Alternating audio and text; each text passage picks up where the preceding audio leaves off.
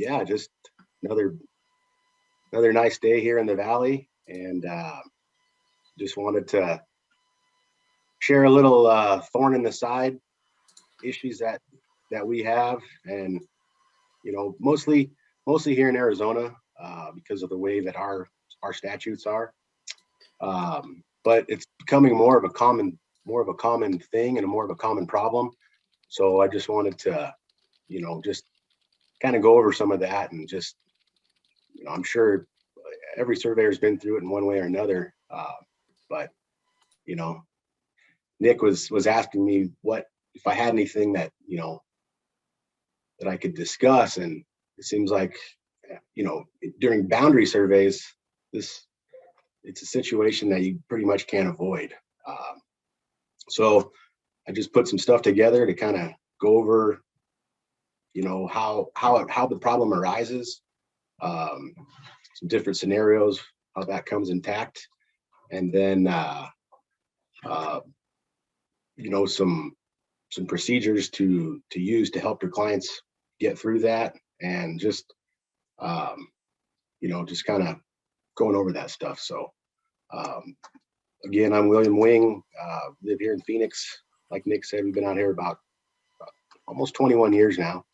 Seen the valley just explode with growth, and with that growth comes problems. And a lot of times, people are so happy and chomping at the bit to get into their dream home or property that, they overlook some of these problems. And then here we are 5, 10, sometimes not even that long, 6 months down the road. And all of a sudden,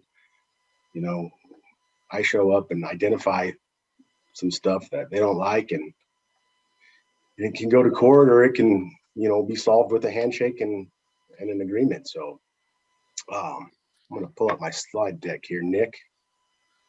So I think he's still, there we go.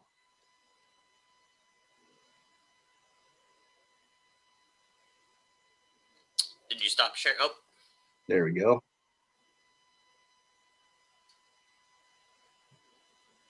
Do you have a thorn in your vest because you ran into, some prickly pear?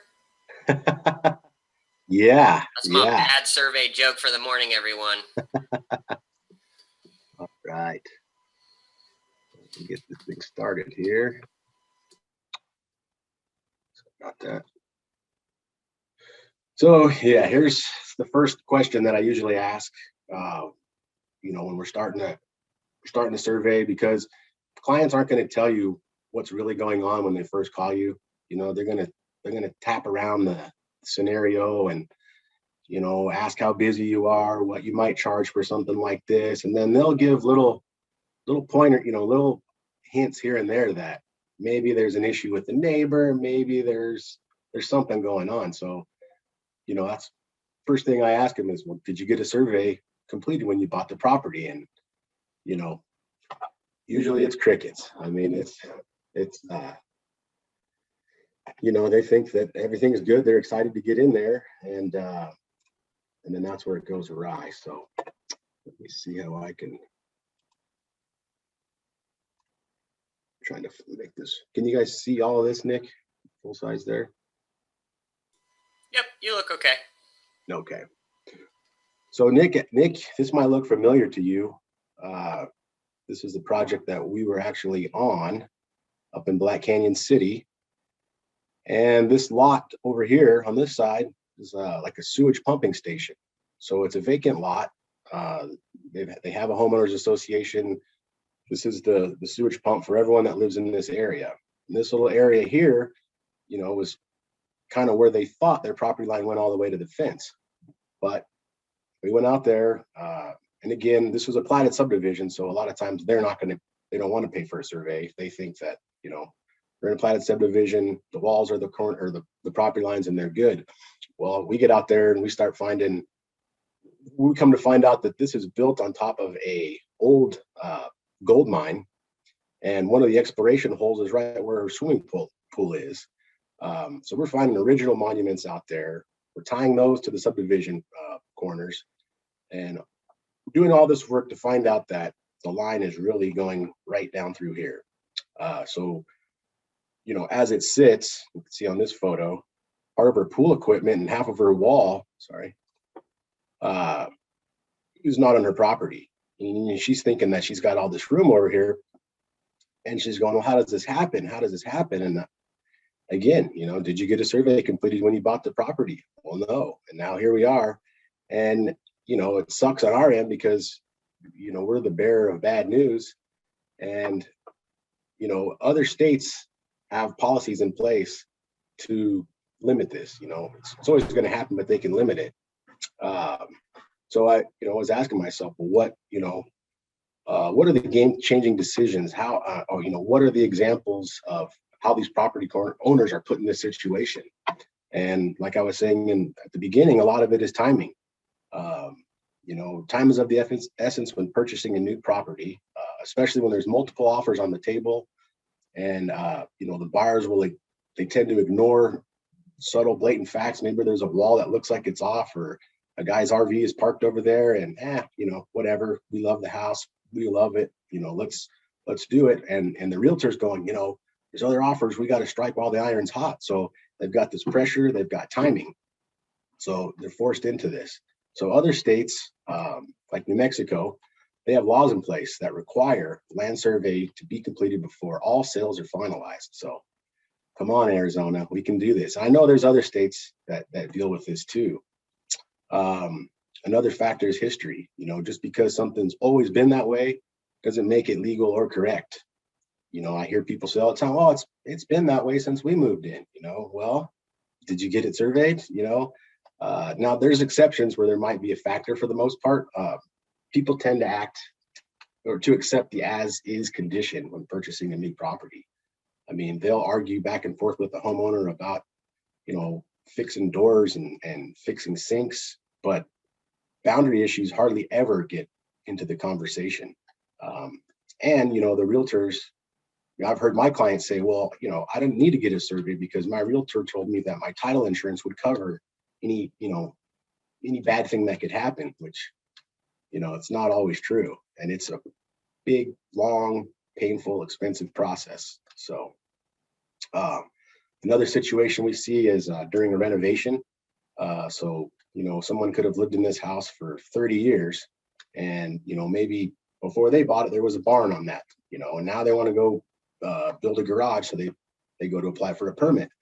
And the county goes back and says, hey, what's up with this barn back here? You don't have a permit for this. So they can hold you to that.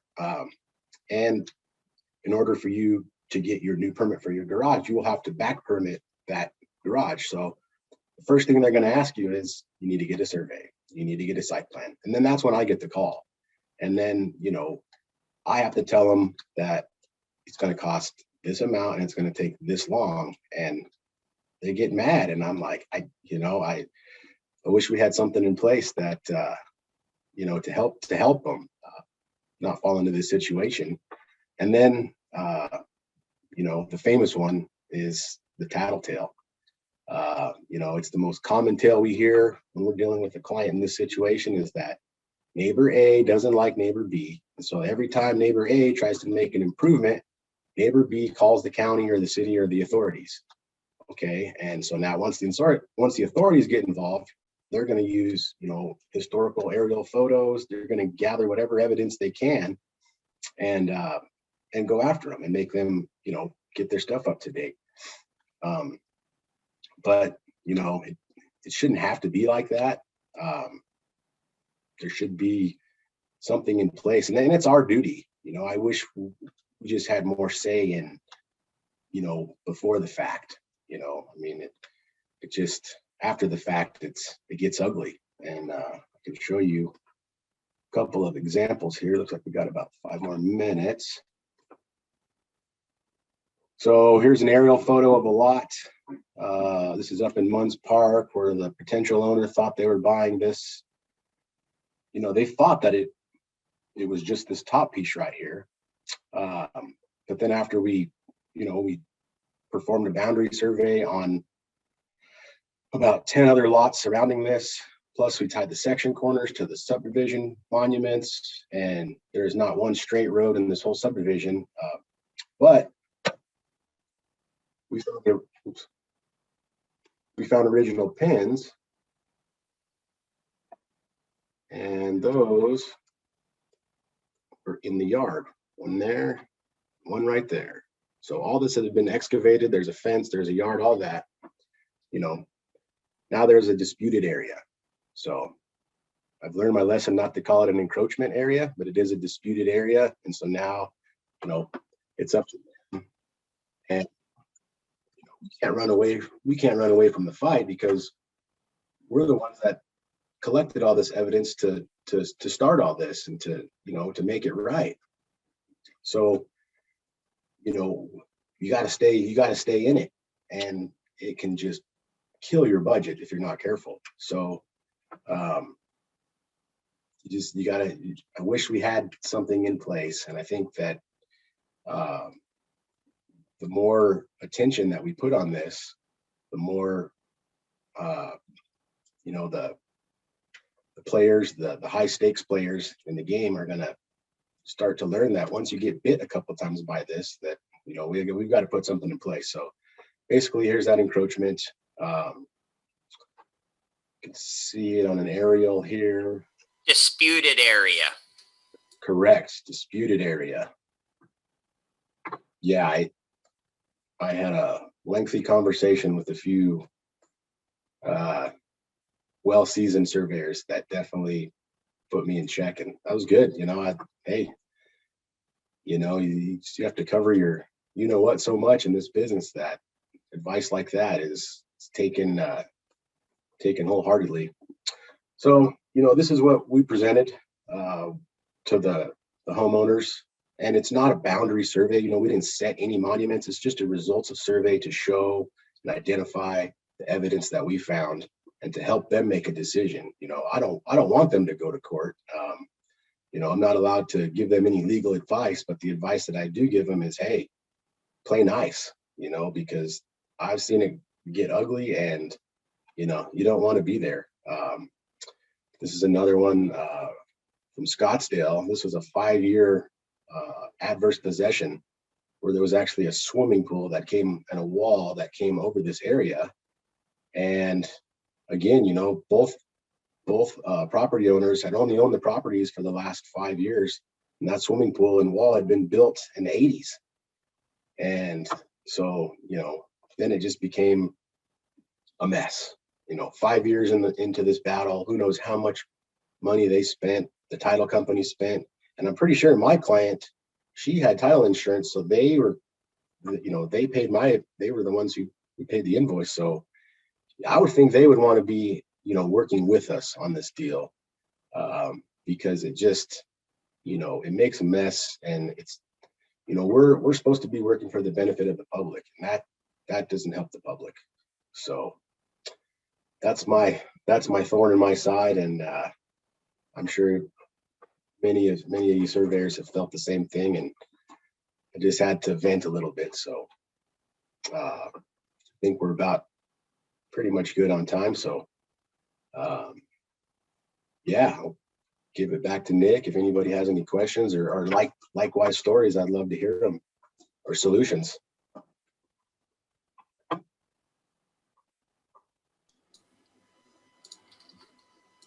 Thanks, Will. That was awesome. Sorry, I'm just clicking some buttons on my side so I can make sure everybody can talk.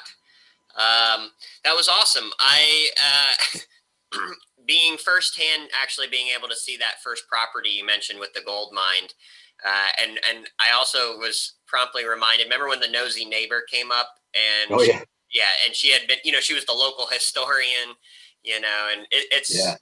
I ended up giving all those ladies a field trip. We hiked down. They wanted to see that original stone that had the carvings on it.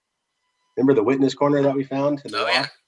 Yeah, so I led about 8 ladies, all in their 70s, all with walking sticks, and we hiked down there. That's awesome. So, Yep. hey, everybody, we've got about 12, 15 minutes. This is just sort of open discussion. Does anybody have any questions for Will about his presentation, or has anybody ran into similar pain points in the field? Funny stories? I know you have. I mean, if you've been doing field work, everybody gets a host of battle scars and stories, but this is open conversation for anybody who wants to chat. Hey, well, this is Larry. I got a quick question for you. When you discover one of these disputed areas and you actually create a record of that area, do you have any obligation with the state or the county to file that information? Yeah, I mean, if on a results of survey like this, we're just doing an inventory of everything that we found. We're not setting anything, just for information purposes. And so once we get a solution or an agreement or something, then we'll go back. We'll either do a lot line adjustment to move that line where they both have agreed upon, or that neighbor might have to move all of his stuff, and then we will go back and we will remonument those monuments with our tag and our cap. And at that point, we'll record it with the county and then make it official.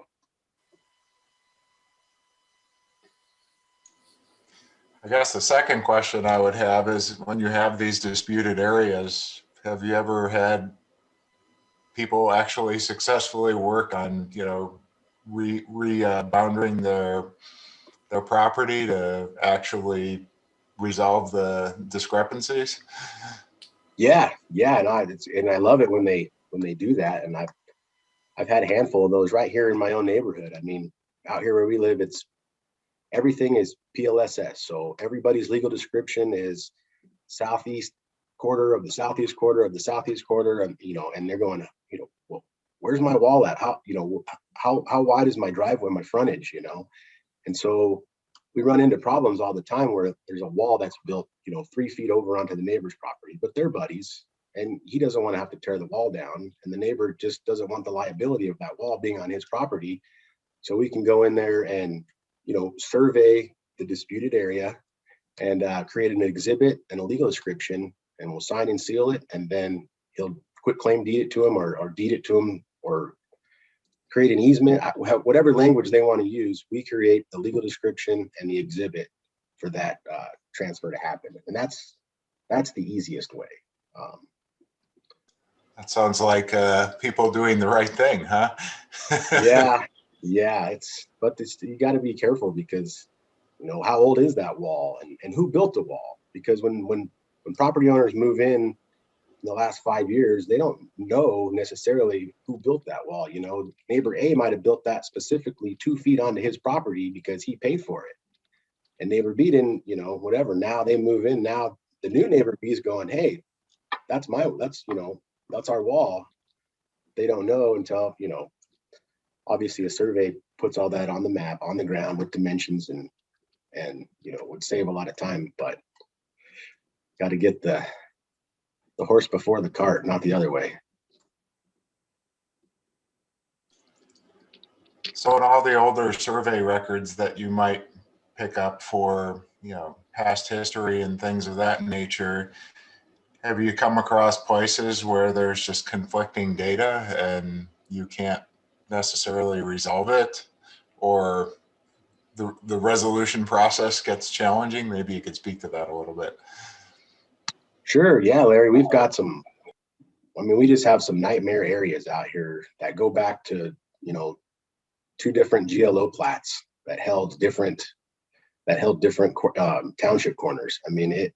So, really just doing your homework and documenting everything that you're doing, and, showing your work. Just, it's probably going to go to court. So do it like it's going to go to court. And, yeah, there's a lot of information out there. There's a lot of public records that, I always thought that a title report gave you all the meat and potatoes, but I found that there are a lot of things that they don't catch, and they don't know that that they can even access those records. Like, I worked for APS for years, and they've got some of the best GLO PLSS notes, handwritten by surveyors from all the way back in the 60s, but they sit in a little, metal box in someone's folder, and no one knows that they're out there. Now they're getting them scanned, and they're starting to, put them out there on their GIS stuff. But, I know where to go look for that stuff.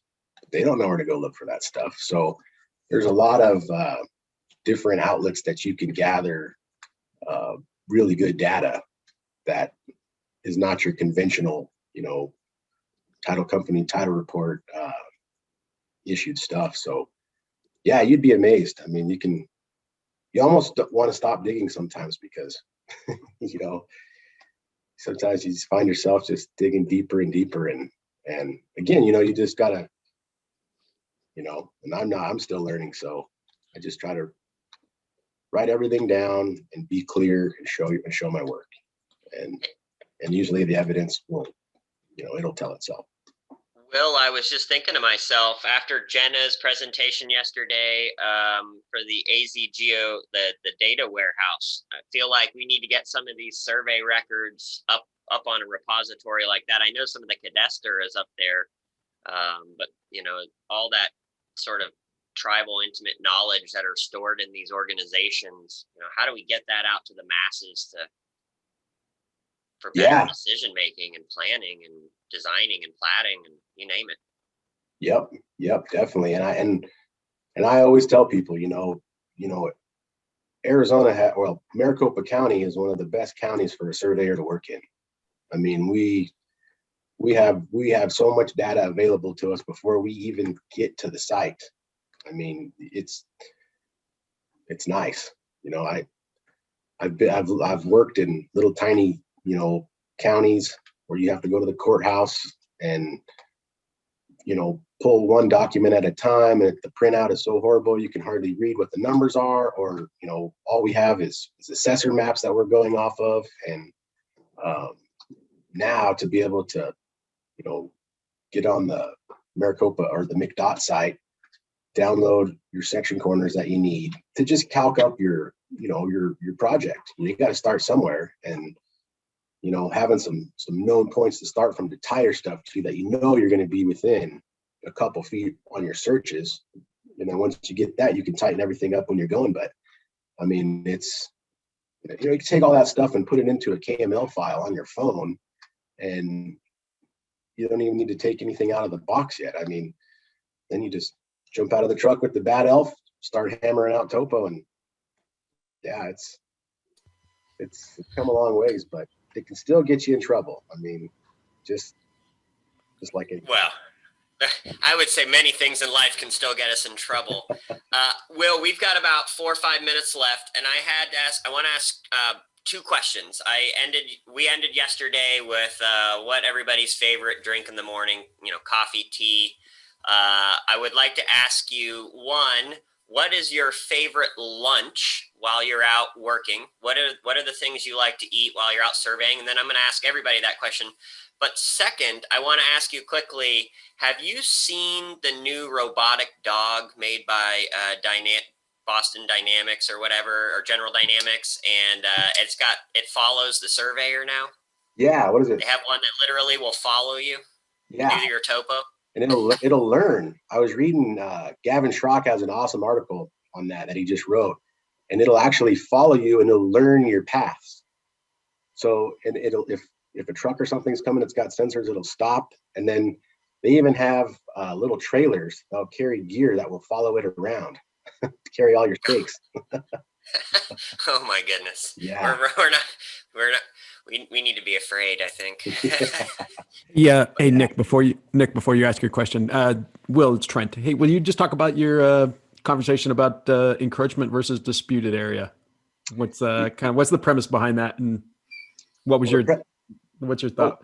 Yeah. Oh, thanks, Trent. Yeah, no, it was on one of the Facebook social media groups, and it just, I got scolded. Hey, don't use encroachment. That's a legal term. It's in Black's Lake Dictionary as a legal term. And I guess a surveyor in North Carolina actually got sued for using that term on his survey because he was implying that they were encroaching when, in fact, after it went to court, they weren't encroaching. And then they sued him for slander of title. So, and I'd always heard that, kind of a scare tactic. But, when you look up encroachment in Brown's boundary, I mean, it says what it is, but, I guess Awesome. No, that's good information. I just wanted to kind of throw that out there since this will be broadcasted later too, right? It's like for other people to learn what that definition in terms mean. Yeah. What's your take on that, Trent? I we've been we use it both ways as well. So, but I do get both sides of it, and I do get that's a valid point that that's going along the lines of saying we agree with the boundary line here and then calling it an encroachment. But again, if the courts decide that the boundary line is somewhere else, then that encroachment is no longer there. So I like it. Yeah, I do like it. Good information. Yeah. And what about, like, I'll bounce this off of you because I hardly ever have any other buddy to bounce stuff off of, but just producing that results of surveying, putting that out there for them to look at, digest, and figure that out. Do you think that kind of puts some liability on you as well? I mean, that goes along with any document that any document we send out. I think that liability starts as soon as you hit send. So right. I mean, I try to cover it in the notes. I try to always. Yeah. This is a preliminary. This is not to be recorded. This is not for information purposes only. But I mean, it the whole argument is it's not a valid survey until it's signed and sealed. But I think again, as soon as you notice today that ALTAs, you send them out for review on a email and you'll never hear back from them ever again. And then all of a sudden, 2 years later, it shows up in the title report that an ALTA was done by so and so in 2019 and you look back through your records, you never provided a signed survey. But so things are, as soon as you hit send, that's been my take lately. Right. Kent's got his hand up. I see he's got something, probably chime in. Hey, Kent. Hey, everyone. Happy Global Surveyors Day, by the way. Yes. Great job, Will. The only other point I would like to drive home is, in addition to everything you said, which was awesome, just the importance of communication. I think so many disputes could be resolved if people would just have open lines of communication. And, like from a surveyor's perspective, especially if you're working on a survey that is, a known dispute, like you have two neighbors against each other. I mean, it is so important, to, of course, talk to those people involved in the dispute, but talk to the surrounding neighbors as well. I mean, people that have lived there for, 20 years or forever, kind of like you said in your other example, have so much, historical knowledge of the area. And, and a lot of times can like point you in the direction of, what they think anyways are original monuments or what have you. Things that you might have missed if you hadn't asked the question. And the only other thing I would add is, I think, what's the saying, like possession is 9/10 of the law. Well, a lot of times that can definitely pertain to boundary surveying as well. It's so important to make sure that you just nail down all the possession in the area. And of course, with adverse possession laws and in states, they differ from state to state, but those are all things that have to be taken into consideration when performing boundary surveys that are, well, all boundary surveys for that matter, but especially if it's adverse neighbors. You got to just again dot all your I's, cross all your T's, and make sure you've covered everything. And field notes, good field notes, of course, document all conversations, lots of pictures. All that stuff's going to work out in your favor if it does end up going to court, which hopefully is not the case. Hopefully it can get resolved outside of court. But like you said, CYA is everything these days. Definitely, yeah, it is. It's crazy. And usually you don't have to go try to talk to people; they'll come out. They want to know, what you're doing, and you start, because the clients never want to tell you the full story, and then you start talking to this neighbor and he tells you this version and you hear the other version, and then kind of, you remember John Stock, surveyor for the county? I was just talking about him the other day, as a matter of fact. Yeah, I was in one of his classes one day and he said that all boundary surveyors should take a class in mediation. For sure. I totally agree. Really understanding that. Yeah. Yeah. And then one more thing that you had thrown out there, and Kent had shot me a text too, but I was going to say it immediately, is you say you don't have anybody to bounce ideas off of, and that was a lot of the premise behind Mentoring Mondays, right? And show up, ask your questions, look for that help. I'll throw it out there. You got questions on surveys, you want a second opinion, want a second set of eyes, send it to me. I'll I'll do my best to walk through a non-biased opinion from, from another state over type of thing. So Yeah. that's I a lot of the appreciate premise behind the Mentoring Mondays as well, was that Yeah. there's so many sole proprietors out there that don't have somebody to, send the data to Mhm. and get Yep. that second opinion. So just throw that out Definitely. there. No, I appreciate it. Yeah. And I sign up for those all the time, but the I know. 4 o'clock, that my Exactly. kids is, yeah, I know. But I get it. I get it. but just this conversation right here, and with Ken, I know I can call these guys, but it's always, you need it right then and there, and you don't want to bug people, and you're just kind of, I'll figure it out.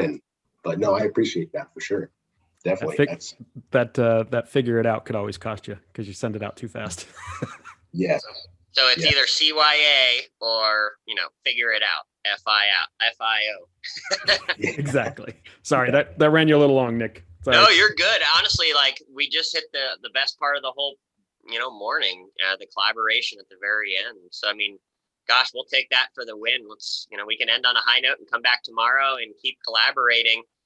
So just for fun's sake, everybody that was participating today, you're going to be in the raffle. We'll be talking about that at the end of the week for prizes. And if we could quickly go through, Will, what do you like to eat when you're out in the field? I kind of have to force myself to eat. So I eat a lot in the morning, but it's usually, I'm a yogurt granola, pack a trail mix, dump it in the yogurt. Let's get on the road, and then just granola bars after that. All You right. can't eat when it's 110. You're useless afterwards. How about you, Kent? You gotta. I shouldn't even ask Kent. When was the last time you were in the field, Kent? I'm just kidding. It's been a bit, but for me, it's pizza. Hey, it's high calorie. Okay. How about Pizza. you, Larry? What do you like to eat in the field? I'm kind of with Will. I'm still a yogurt banana guy. So, All right. How about you, Trent? Protein shakes. I know the answer. So, you know what? I was gonna lead off of that and say, prior to waking up on the steam room floor a few years ago, it would have been quarter-pound chili cheese dogs with a soda. Now it's a sweet rolled deli sandwich type of thing. So Awesome. How about you, Josie? When you're out in the field walking around, what do you like to eat for lunch? I like to eat peanut butter and jelly. PB&J. Easy. All right. Yeah. that's a good one. Old That's a good school. one. How about you, Nolan? What do you like to eat? Oh, if I have to get something done, probably just a deli sandwich. But if I'm going to be worthless, a good Chinese buffet. Oh yeah. That's a whole different type of surveying of food. How about you, Dirk? What do you like to eat in the field? If there's a Vietnamese restaurant around, I like a Vietnamese sandwich. All right. Okay. How about you, Jake? I usually just try to put together any kind of sandwich, peanut butter and jelly, turkey and cheese, whatever I can find. All right. Sandwiches. I had a crew chief back in the day that would eat sardines. And so I couldn't do the sardines, but I started eating tuna packs. So I don't know. Granted, 110-degree tuna packs are pretty gnarls. Yeah, I had a guy that used to eat those, and I told him, if you ever leave that in the truck again, man. Awesome. Well, thank you, everybody. Have a fun, safe day, Global Surveyors Day. Thank you again to the Geoholics and Bad Elf for helping host this. And please come back tomorrow. Please tell your friends. We had a little bit better participation today, so let's keep ramping up. And Will, thank you so much. That was really informative. And thank you, Trent and Kent, for your input. And I hope everybody has a great day. Kent, any final words to take us home? Yeah, just really quick. Again, reflecting on it being Global Surveyors Day, I mean, it's really an exciting time to be a GMATICS professional. I actually participated on a Global Surveyors Day Zoom call with surveyors from literally around the globe yesterday, and it's amazing how the concerns that that we have are pretty much echoed across the board. It's unbelievable, and I think that there's a global movement happening right now, and I think having calls like this, these Zoom calls. It's going to allow us to collectively work together to help solve, I think, a lot of these common issues. I don't know. It's really, really cool. And I'm just really excited about the direction that, the geomatics professions are going in general. And the only other thing I want to add is that we are, again, for the second week in a row, broadcasting our podcast tonight live on Clubhouse.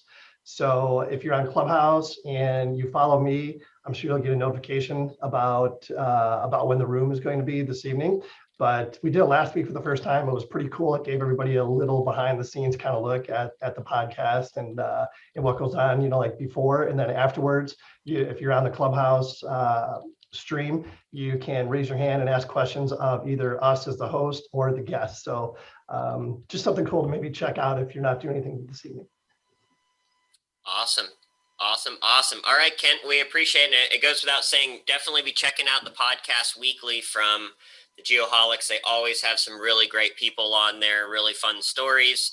And then tomorrow, remember, tomorrow we're going to be talking about augmented reality. So if you want to hear about some sexy, quote unquote, new technology in this cool geospatial field, as Kent just mentioned, come check out the presentation from Alec Pestov tomorrow from VGIS.